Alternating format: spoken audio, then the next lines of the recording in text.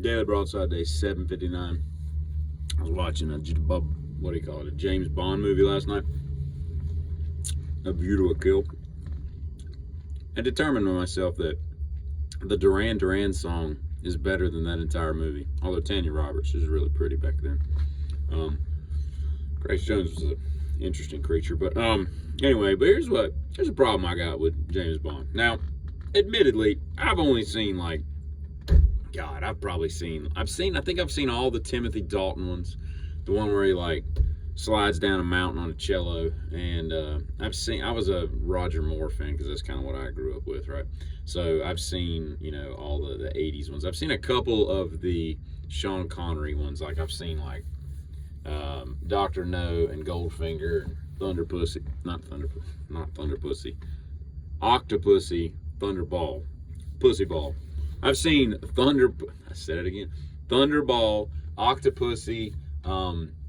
I think my favorite one is For Your Eyes Only, and another great song, For Your Eyes Only, Sheena Easton, I think it was.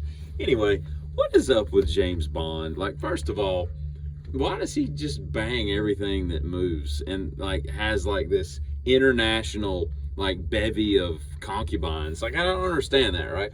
And then he's a horrible fighter.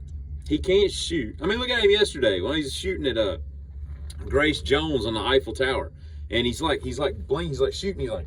He's like, who flinches when they're shooting? Get in the game, put some rounds down there, Anyway, and he's missing incredible.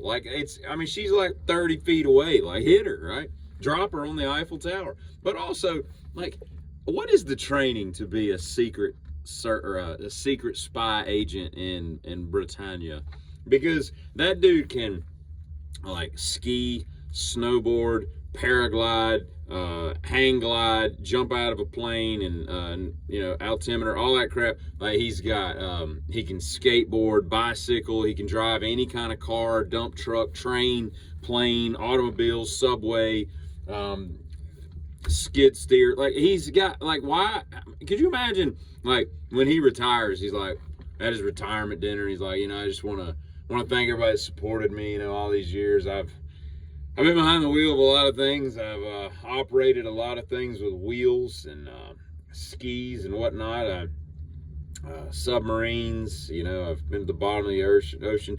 Hell, what was it? What was the one? Was Spy Who Loved Me? No, what was the one from Russia with Love? No. There's one where he goes to space, Moonraker. He goes to space. I've never seen that, but they say it's really dumb. Why would I don't even know the plot, but what's up, Albert Broccoli? What's up, Ian Fleming? Why y'all sending British spies to the space? I don't get it, man. The training must be crazy. He comes in and he's all right, we're going to work on our skateboarding. You spies 008, 007, 009, 010, you'll all be doing the half pipe, and everybody else will be doing groundwork in the parking lot. What do we do? I mean, you know what I'm saying? Where does he learn all these skills? You can't just, look, if people were chasing me, and then all of a sudden I got to jump on a bobsled, and luge down this, Olymp, it'd be fun. I mean, I'll give it a shot.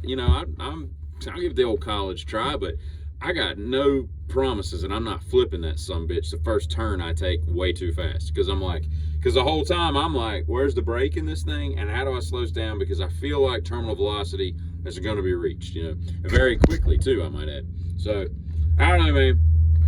I just don't get it. It's a quandary how the British in Britannia do their spying. But by the way, I was reminded. I was reading a canonical listing of all the most depressing movies, Manchester by the Sea and Little Miss Sunshine, all these things about depression, and I was like, man, I've seen most of these, right? One of them was Anomalisa, right? Now, if you've never seen Anomalisa, I think you know where I'm going with this, because if you know, you know. It's a stop motion movie with these little clay figures, and it's this guy that's got it's like Frigoli's principle, or it's some kind of thing where everybody he sees looks identical, including his wife and kid and all that stuff. So everybody, and then all of a sudden he runs into Jennifer Jason Leigh, and she's a little puppet too, and she actually has a face. He's at a convention or something. I don't know what he's doing, but so they hook up, right? And there's how should I say, there's SMC in this movie. And what I mean by that is there is stop motion cunnilingus. And it really throws you for a loop because I've never seen puppets, and I'm calling him a puppet. It's a stop motion. It's like Wallace and Gromit, right? And it's a chicken. It's Miss Tweety, right? It's that, right? And imagine Miss Tweety and Mr. Tweety like having a cunnilingus. You'd be like, there's a chicken run. It's a little weird here. But anyway, so the guy goes down on Jennifer Jason Leigh's little puppet character. And you're watching this movie and you're like, oh, this is an interesting movie up until this point. Now I'm a little weirded out that I'm watching Puppet-S, but I don't know. I'm just saying, like, I hate to break it to you if you're planning on watching it, because now I've ruined it for you, because it really does throw you for it. It's probably one of the, like The Sixth Sense didn't even give you, like, you're like, oh, man, he's been dead the whole time. It was a bigger, like, plot twist when you're like, is that puppet going down on the other puppet? Like, that was weird. That was an odd choice, because it really has nothing to do to further the story. I mean, they could have just hooked up and we could have just assumed what they did. I don't need to know. And anyway, well, that's all I have today.